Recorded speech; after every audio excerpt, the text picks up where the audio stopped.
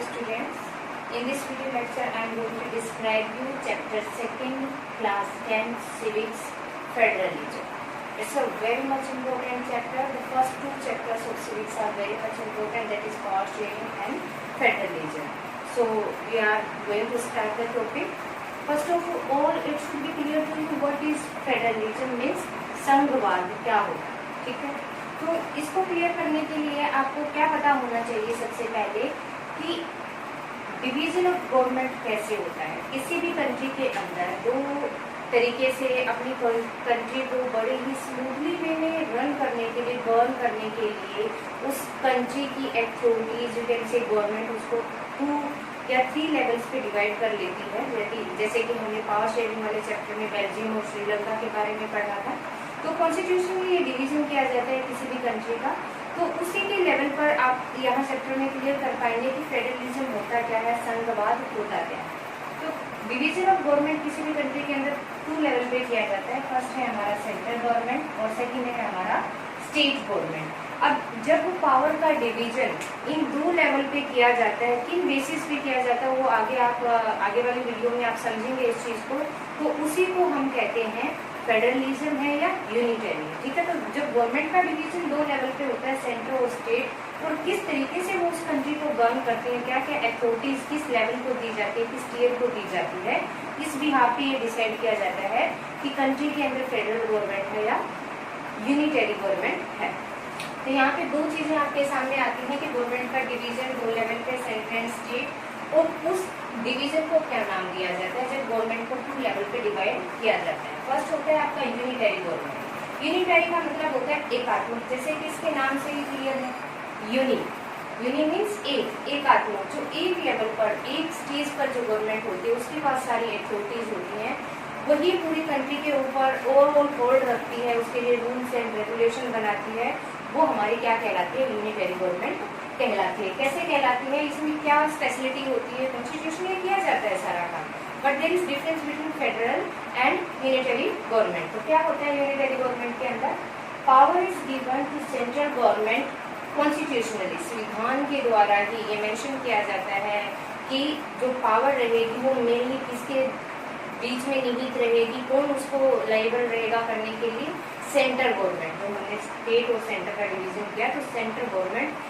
ज्यादा पावरफुल होती है यूनिटरी गवर्नमेंट के अंदर। मीन्स एक सिस्टम, मान लो ये 2 के बीच में किसी कंट्री को डिवाइड किया गया है, 2 चीज के बीच में, ये आपकी सेंटर होगी, हो गया आपका स्टेट हो गया, तो मोर पावरफुल कौन रहेगी, सेंटर रहेगी। कोई भी डिसीजन मेकिंग पावर किसके अंदर लायबल रहेगी, हमारी सेंट्रल गवर्नमेंट के अंदर रहेगी। स्टेट गवर्नमेंट को फ्रीली कोई भी राइट नहीं दिया जाएगा कोई भी रूल या रेगुलेशन बनाने के लिए या डिसीजन लेने के लिए। सेकेंडली क्या कहता है यूनिटरी गवर्नमेंट के अंदर क्या होता है, the central government creates smaller territories and give power to them. ये 2 सिचुएशन हो सकती है कि कॉन्स्टिट्यूशन के द्वारा भी यूनिटरी गवर्नमेंट के अंदर स्टेट या टेरिटरीज डिवीजन किया गया हो सकता है, या फिर सेंट्रल गवर्नमेंट खुद भी अपनी रिस्पॉन्सिबिलिटीज को थोड़ा कम करने के लिए उन्हें अपनी तरफ से अपने रूल्स और रेगुलेशंस को इम्प्लीमेंटेशन देने के लिए उसको स्टेट से टेरिटरीज के अंदर डिवाइड कर सकती है। बट जो मेन पावर है वो किसके पास रहेगी, सेंट्रल गवर्नमेंट के पास ही रहेगी, ठीक है। नेक्स्ट ये आपको क्या कहता है कि ऐसी कौन सी कंट्रीज है वर्ल्ड के अंदर जिनके अंदर यूनिटरी गवर्नमेंट का इम्प्लीमेंटेशन हुआ है, गवर्न करते हैं कंट्री को। यूके, जिसको यूनाइटेड किंगडम बोलते हैं, फ्रांस और आयरलैंड के अंदर यूनिटरी गवर्नमेंट है। इंपॉर्टेंट क्वेश्चन यहाँ से 1 मार्क का बनता है, आता भी है बहुत बार एग्जाम्स के अंदर, बोर्ड एग्जाम में 2 तरह से आ सकता है कि examples of unitary countries where the unitary government is run and what is unitary government, both are most important. और सेम भी आ सकता है कि एग्जाम्पल दीजिए और एक्सप्लेन कीजिए यूनिटरी गवर्नमेंट को। सेकेंड है आपकी federal division of government, 2 type मैंने आपको बताया। First unitary, I think clear to you, and next is federal. Federal जिसको हम कि ये पूरा टॉपिक ही इस फेडरल के ऊपर आपका बेस्ड है, इसलिए आपको फेडरल बहुत अच्छे तरीके से क्लियर होना चाहिए। बहुत ही माइनर डिफरेंस है अगर हम कहें तो यूनिटरी और फेडरल के अंदर। तो फेडरल क्या कहता है, is a system of government in which power is divided between central authority and various constituents of the country. Central authority means central government and various constituents units of the country are state government and territories. जो भी किसी भी country का जिसके अंदर division हुआ होता है वो उसकी वेरियस कॉन्स्टिट्यूएंट्स यूनिट्स के अंदर काउंट की जाती है। ठीक है, तो ये भी क्या होता है, ये भी कॉन्स्टिट्यूशनली होता है वैसे तो डिवीजन, एकात्मक का भी, यूनिटरी का भी, और फेडरल का भी कैसे होता है, कॉन्स्टिट्यूशनली ही होता है। कॉन्स्टिट्यूशन ही पावर का डिवीजन करता है। लेकिन यहाँ पे डिफरेंस क्या है कि यूनिटरी एकात्मक में सिर्फ एक चीज का जहाँ पर ज्यादा पावर होती है वहाँ पर सिर्फ सेंट्रल गवर्नमेंट को हक होता है, लेकिन जहाँ फेडरल होती है वहाँ स्टेट गवर्नमेंट्स को भी अथॉरिटीज दी जाती हैं, बट उनकी डिवीजन कर दिए जाते हैं कॉन्स्टिट्यूशन के द्वारा कि इन राइट्स के ऊपर आप डिसीजन ले सकते हैं, इन चीजों के ऊपर आप अपने रूल्स रेगुलेशन बना सकते हो। आगे आप डिटेल में पढ़ेंगे चैप्टर के अंदर, तो कंफ्यूज होने वाली कोई बात नहीं है। I tell you everything in detail to you. तो यहाँ पर एग्जाम्पल कौन कौन सी कंट्रीज के अंदर जो है फेडरल गवर्नमेंट को फॉलो किया जाता है, दैट इज हमारी कंट्री इंडिया के अंदर फेडरल सिस्टम है। और मेनली अब हम इंडिया के बारे में ही इसको रिजेम्बलेंस देते हुए चैप्टर को कंटिन्यू करेंगे। देन स्विट्जरलैंड एंड यूएसए के अंदर भी फेडरल सिस्टम है। ये एग्जाम्पल्स आपको याद रखने, 1 मार्क्स के अंदर ये कंसीडर होते हैं। बहुत बार क्वेश्चन आता है, give examples of unitary and federal government. तो यूनिटरी गवर्नमेंट के example UK, France and Ireland है, एंड फेडरल गवर्नमेंट के एग्जाम्पल इंडिया, स्विट्जरलैंड और यूएसए है। ठीक है, क्लियर है आपको ये चीज। अब हम आगे चलते हैं कि कैसे हम रिकॉल कर सकते हैं। Recall the example of Belgium and Sri Lanka. Power sharing chapter के अंदर आपको पावर कैसे डिवाइड की जाती है, क्यों जरूरी होती है, ये सब चीजें आपको समझाई गई थी। अब वही चीजें आपकी फेडरलिज्म से भी बिलोंग करती हैं और यूनिटरी गवर्नमेंट से भी बिलोंग करती हैं। अगर हम बेल्जियम में एग्जाम्पल लेते हैं, वहाँ की गवर्नमेंट ने पावर का जो डिवीजन किया था, क्या हमने पढ़ा था कि पावर सेंट्रल गवर्नमेंट रहेगी, but powers will be given to the state government also, they will not be subordinate to the central government. तो किस चीज का एग्जाम्पल है, फेडरल का। तो बेल्जियम में भी कौन सी गवर्नमेंट फॉलो की जाती है, फेडरल गवर्नमेंट फॉलो की जाती है। अब अगर श्रीलंका का एग्जाम्पल देते हैं तो कॉन्स्टिट्यूएंटली वहाँ की कौन सी जो है एथनिक ग्रुप को ज्यादा पावर दी गई थी, कॉन्स्टिट्यूशन संविधान ने ही पावर दी थी, उनके रिलीजन को भी फोस्टर करने के लिए प्रोविजन दिए थे कॉन्स्टिट्यूशनली, दैट वाज देयर बौद्ध धर्म। तो उसके अंदर कौन सी गवर्नमेंट फॉलो की जाती है श्रीलंका के अंदर, यूनिटरी गवर्नमेंट फॉलो की जाती है। I think this thing is now completely clear to you what is unitary government and what is federal government। अब हम आगे बढ़ते हैं कि आगे क्या स्टेप बाय स्टेप हम इसको सीखते जाएंगे कि फीचर्स क्या होते हैं। आपके फीचर्स होती है खासियतें, विशेषताएं, क्या गुण हैं किसके, फेडरलिज्म के। जो आपका चैप्टर भी फेडरलिज्म के नाम से है, संघवाद के नाम से, इसकी क्या खासियतें होती हैं, क्या क्वालिटीज होती हैं। सबसे पहला क्या है, there are 2 or more level या टीयर्स ऑफ गवर्नमेंट। इस गवर्नमेंट के अंदर या तो 2 टीयर ऑफ होंगे, लेवल होंगे गवर्नमेंट के, या उससे ज्यादा होंगे। अब हम इंडिया का एग्जाम्पल लेके चलते हैं। इंडिया की अगर हम बात करते हैं, suppose it is India and this is central government and this is state government and this is our local government. 3 tiers of government है हमारे यहाँ पे। अगर हॉरिजॉन्टली अगर हम देखते हैं तो that is legislature, executive and judiciary. Horizontally भी हमारे 3 लेयर्स है, और वर्टिकली अगर देखते हैं तो वर्टिकली भी हमारी गवर्नमेंट के 3 टीयर्स हमारे पास हैं। तो क्या सेंट्रल गवर्नमेंट पूरी तरह से पूरी कंट्री के लिए रूल्स और रेगुलेशन बनाती है? ओबियस बनाती है। That time is going on, corona pandemic crisis is going on. तो हमारे पीएम की तरफ से, श्री नरेंद्र मोदी जी की तरफ से लॉकडाउन वाला सिस्टम बनाया गया और पूरी कंट्री में फॉलो किया जा रहा है। तो this decision was taken by the central government and followed by state also and local governments also. But some specific things are there कि where states are free to take decision, कि वो अपने level पर भी बहुत सारी चीजों में, ये तो एक क्राइसिस की बात हुई इसलिए मैंने ये एग्जाम्पल दिया।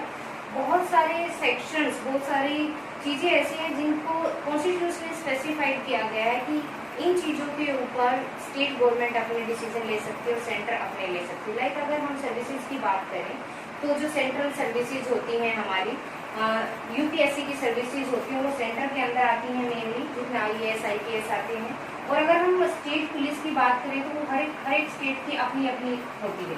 तो स्टेट पुलिस के अंदर हर state 28 states we are having in our country, तो हर स्टेट अपने हिसाब से डिसीजन ले सकते हैं कि भी कोई भी पॉलिसी बनाना या रिक्रूटमेंट का क्राइटेरिया तय करना, anything.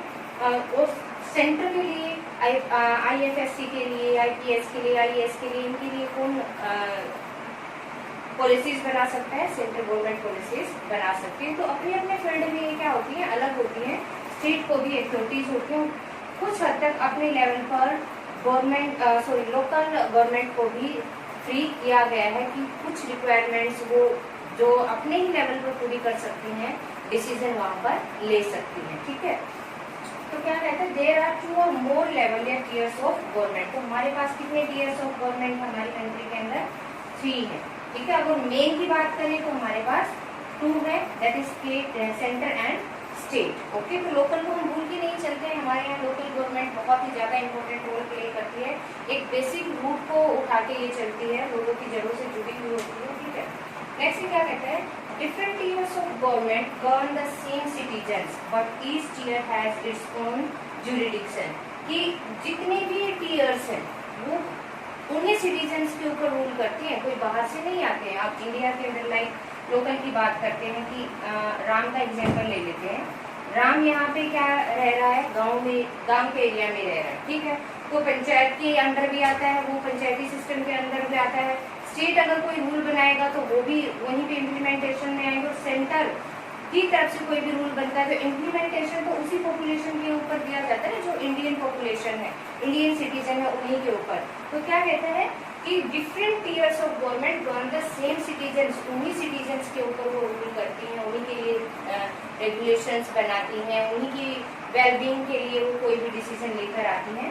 But each tier had its own jurisdiction का क्या मतलब होता है, अधिकार क्षेत्र, उनका अपना अपना अधिकार क्षेत्र होता है कि इस लेवल तक वो काम कर सकते हैं, उससे आगे का काम सेंट्रल गवर्नमेंट के अंदर आता है। लाइक अगर मैं एग्जांपल देती हूँ कि किसी को फॉरेन जाना होता है, अब्रॉड कोई जाना चाहता है, तो उसके लिए सबसे पहले पासपोर्ट की जरूरत होती है। ठीक है, पासपोर्ट के लिए हम अप्लाई करते हैं, अपने अपने एरिया में हम अप्लाई कर सकते हैं। डिफरेंट सेंटर बनाए जाते हैं, सेंटर बने होते हैं कंट्री लेवल पे, अपनी लोकेलिटी के हिसाब से, रीजन के हिसाब से।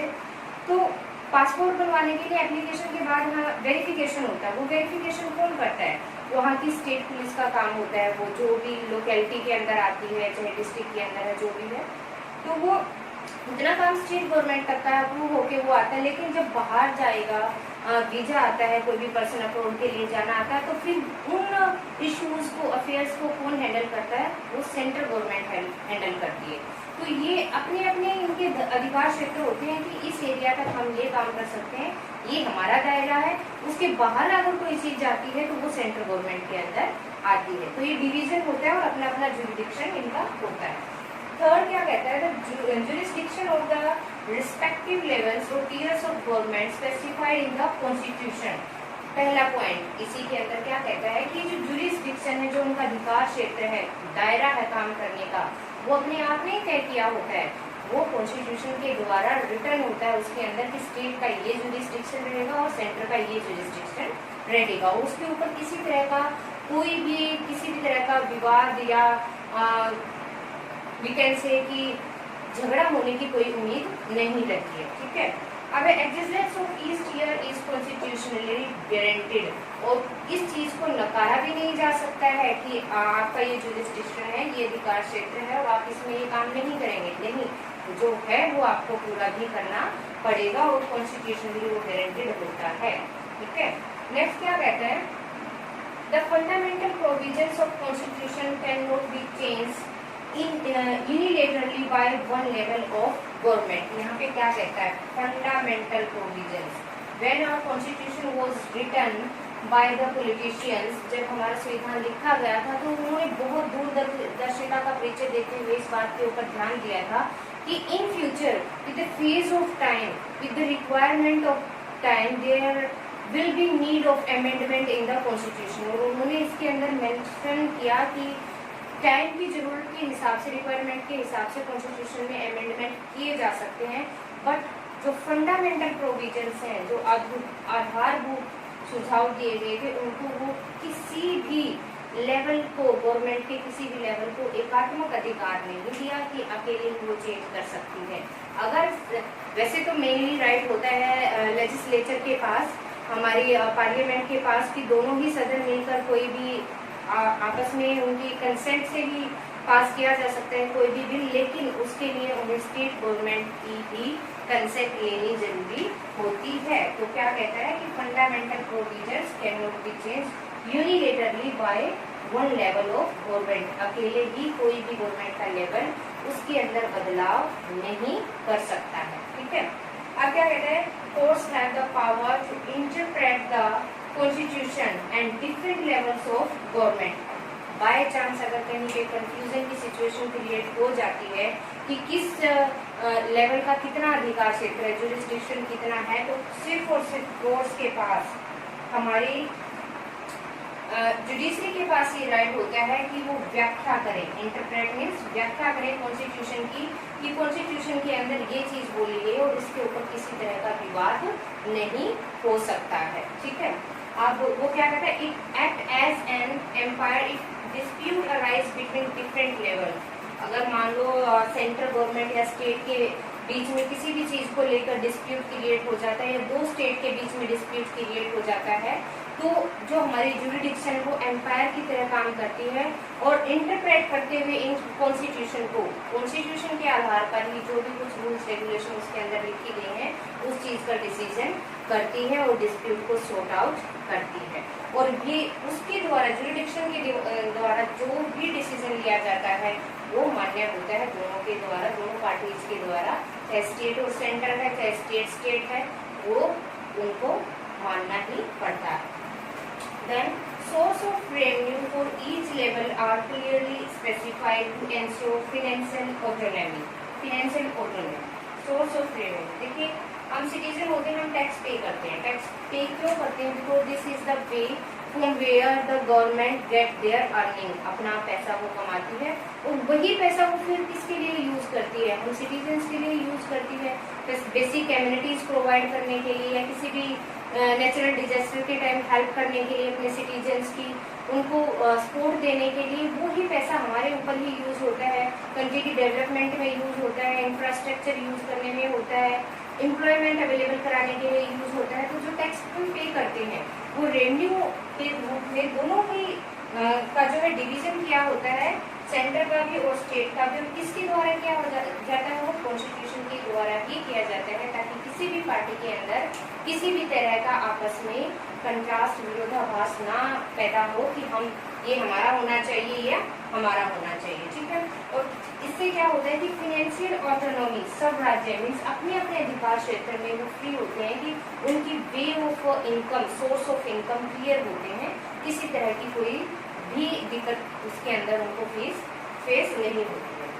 The federal system has dual objective. Dual objective means दोहरा उद्देश्य होता है, इसका दोहरे कर्तव्य होते हैं फेडरल सिस्टम के अंदर। कैसे होते हैं दोहरे? दो रिस्पॉन्सिबिलिटीज में ये फील करते हैं। क्या? To safeguard and promote the unity of country. देश की एकता को बनाए रखना, उसको बढ़ावा भी देना, सिर्फ जो है उसी को मेंटेन रखना नहीं, उसको आगे भी इन फ्यूचर के लिए भी ऐसी सिचुएशंस क्रिएट करते रहना कि मान लो दो कम्युनिटीज है कंट्री के अंदर, उनके अंदर किसी भी तरीके से आपस में टकराव होने की संभावना है, तो ये सरकार का, फेडरल गवर्नमेंट का ही दायित्व होता है कि उसको सॉर्ट आउट करने की कोशिश करे। लाइक अगर हम अपनी कंट्री का एग्जांपल लेते हैं तो बहुत ज़्यादा चांसेस रहते हैं अपनी मुस्लिम कम्युनिटी और हिंदू कम्युनिटी के अंदर वाद विवाद, किसी न किसी तरह का वी कैन से कि गलत फहमियाँ पैदा होती रहती हैं, करने वाले होते हैं, कॉन्स्पिरेसी चलने की कोशिश की जाती है कई लोगों के द्वारा। तो ये गवर्नमेंट का ही उत्तरदायित्व होता है, रिस्पॉन्सिबिलिटी होती है कि उन चीज़ों को सुलझाए, सॉर्ट आउट करे और देश की यूनिटी को, एकता को कायम रखे और आगे इन फ्यूचर ऐसी सिचुएशंस बनाए कि उस तरह की कोई भी सिचुएशन क्रिएट ना हो। सेकंड क्या होता है? और at the same time accommodate regional diversity, regional diversity क्षेत्रीय विभिन्नता। हमारी कंट्री के अंदर तो बहुत ज्यादा क्षेत्रीय विभिन्नता है। हमारे तो स्टेट्स बने ही लिंग्विस्टिक बेसिस पे है मेनली। जो हमारा कंट्री का डिवीजन किया गया, डिमांड ही स्टेट्स को बनाने की इसी बिहाफ पे होती थी कि अलग अलग रीजन में अलग अलग लैंग्वेज बोली जाती है। मैंने आपको पहले भी बताया था कि हमारे कॉन्स्टिट्यूशन के अंदर 22 लैंग्वेजेस को कंसीडर किया गया है कि वो ऑफिशियली उनको रिकमेंडेशन दी गई है कि कोई भी भारतीय नागरिक उन लैंग्वेजेस के अंदर अपना कोई भी एग्जाम देना चाहता है, फॉलो करना चाहता है, स्टडी करना चाहता है, उनको वो फॉलो कॉन्स्टिट्यूशनली राइट के थ्रू कर सकता है। तो रीजनल डाइवर्सिटी को बनाए रखना, उसकी वजह से देश की यूनिटी को कोई भी प्रॉब्लम ना क्रिएट हो, उसको मेंटेन रखना, ये भी गवर्नमेंट का काम होता है। These are the very much important features of federalism, and very much important question also it is, and you have to learn these points as it is। ये बहुत बार 5 मार्क्स में भी आता है और 3 मार्क्स में भी आता है। और जो स्पेसिफिक वर्ड्स हैं कई जगह जैसे जुरिस्डिक्शन वगैरह ऐड किया गया है, ऑटोनॉमी ऐड किया गया है, इस तरह की चीजें वर्ड्स आपको बिल्कुल याद होनी चाहिए। ठीक है, तो इस वीडियो के अंदर इतना ही। नेक्स्ट वीडियो के अंदर हम आगे चैप्टर को कवर करेंगे। Till then bye and keep watching.